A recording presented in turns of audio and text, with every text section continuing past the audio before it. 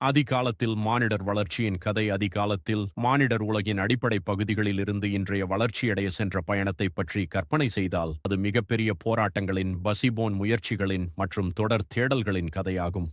நம் கதை ஒரு சிறிய குகையில் வாழும் ஒரு சாதாரண மனிதனுடன் தொடங்குகிறது.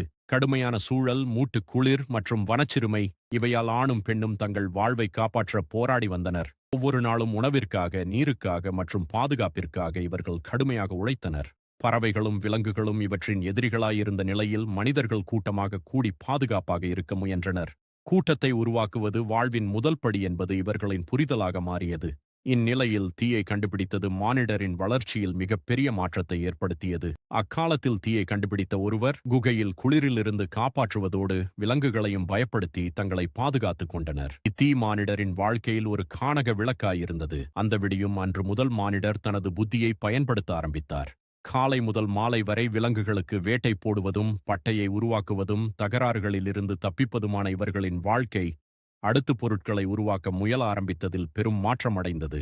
கல்லுகளாலும் மரக்கட்டைகளாலும் ஆயுதங்களை உருவாக்கி அதனுடன் கூடிய புத்திசாலித்தனத்தால் மனிதன் தனக்கு தேவையானதை சம்பாதிக்க ஆரம்பித்தான்.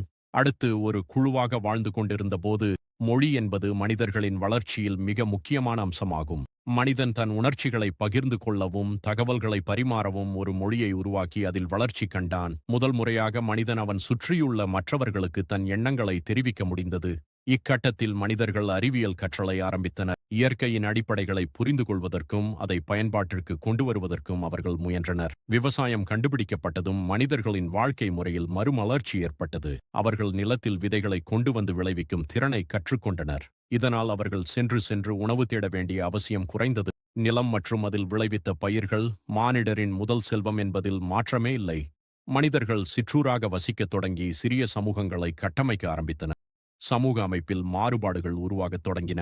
விவசாயம் மூலம் ஏற்பட்ட கூடுதல் உணவுகளால் சிலர் கைவினை, கலைகள் போன்ற துறைகளில் ஈடுபட ஆரம்பித்தனர். இது நாகரிகங்களின் தொடக்கமாக அமைந்தது. நதிகளின் கரையில் உருவான இந்த சமூகங்கள் வர்த்தகம் மற்றும் தொழில்முறை விளைவுகளில் நிபுணர்களை உருவாக்கின. இதனால் உலகம் முழுவதும் தகவல்கள் பரவுவதற்கான ஒரு பாலமாக மாறியது. காலப்போக்கில் மனிதன் தன் அறிவை விரிவுபடுத்தி கருவிகள் மற்றும் தொழில்நுட்பங்களை உருவாக்கினார். இரும்பு, செம்பு போன்ற தனிமங்கள் கண்டுபிடிக்கப்பட்டதும் மனிதர்களின் திறன்களில் அதிக வளர்ச்சி ஏற்பட்டது. கட்டிடங்கள், வீடுகள், அரண்மனைகள் ஆகியவை அமைக்கப்பட்டு மனிதர்கள் நாகரிக வாழ்வின் உயர்வை பெற்றனர்.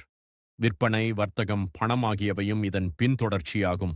கலை, இலக்கியம் மற்றும் தத்துவம் ஆகியவற்றில் மனிதன் தன் திறன்களை வளர்த்து கொண்டான். மத்திய காலங்களில் மனிதன் அறிமுயற்சியில் தீவிரமாக ஈடுபட்டு அறிவியல் கண்டுபிடிப்புகளை அறிந்து கொண்டார். இது தொழில்நுட்ப புரட்சியின் துவக்கமாக அமைந்தது. கைத்தொழிலிலிருந்து மெக்கானிக்கல் தொழில்கள் வரை மாறிய மனிதன் தன் வாழ்க்கையை மென்மையாக்கவும் சந்தோஷமாக்கவும் ஆனவை அனைத்தையும் பயன்படுத்தினார். இப்போது நாம் பார்க்கும் உலகம் அதிகாலத்தில் இருந்த அதே மனிதனால் உருவாக்கப்பட்ட பெருமைமிக்க பயணத்தின் விளைவாகும். குகையில் வாழ்ந்து கொண்டிருந்த மனிதன் இன்று விண்வெளியில் காலடி வைத்துள்ளது. அனுபவத்தின் மூலம் மனிதன் பலனை அடைந்தான். ஒவ்வொரு பிரச்சனையும் கற்றலுக்கான வழியாக மாற்றிக்கொண்டான். அவன் தனது சுற்றுச்சூழலை பயன்படுத்தி அதன் மூலமாக தனது வாழ்க்கையை உயர்த்தி கொண்டான். மனிதன் வளர்ச்சி என்பது சீரான வெற்றி பயணம் அல்ல, ஆனால் தொடர்ந்து முயன்றதன் மூலம் எல்லா தடைகளையும் கடந்த ஒரு சாதனையாகும். அதிகாலத்தில் தனது வாழ்க்கையை காப்பாற்ற வேண்டும் என்ற ஒரே நோக்கத்தில் வாழ்ந்த மனிதன் இன்று அறிவியல், கலை, இலக்கியம் மற்றும் மனிதநேயம் ஆகியவற்றில் சாதனைகளை அடைந்து தனது இலட்சியங்களை விரிவுபடுத்தியிருக்கிறான்.